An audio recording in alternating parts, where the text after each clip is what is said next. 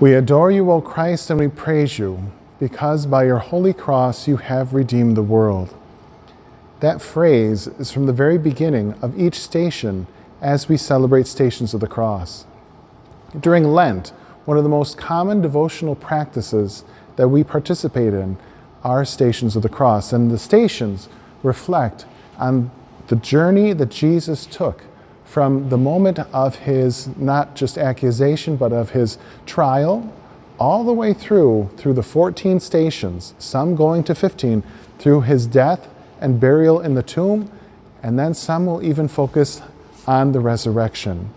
Typically, as we celebrate during Lent, we stop usually at the 14th station because we celebrate the joy of resurrection on Easter.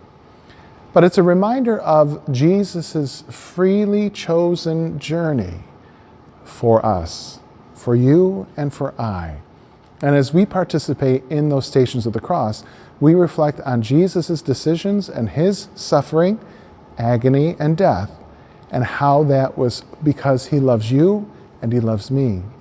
And so as we reflect on the stations, we think about that great divine love in our life, and then how we can also live that out in our own call to holiness.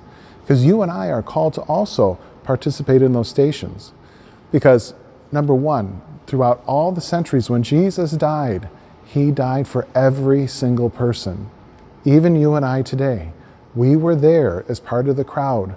We were the ones that denied and turned away. We are the ones that spat on his face. And when we look at our own lives, I'm sure we can come up with those times in which we haven't treated Jesus the way that we should.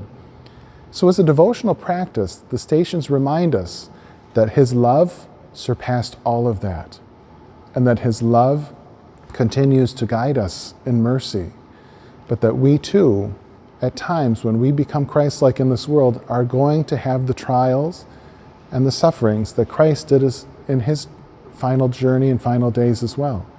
And so these stations are a great devotion for all of us to participate in.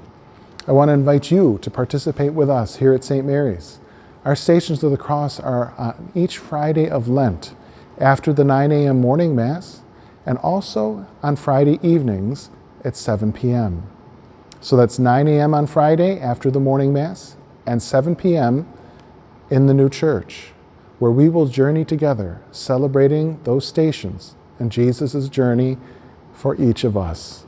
May God bless you and love you as we journey together this Lent.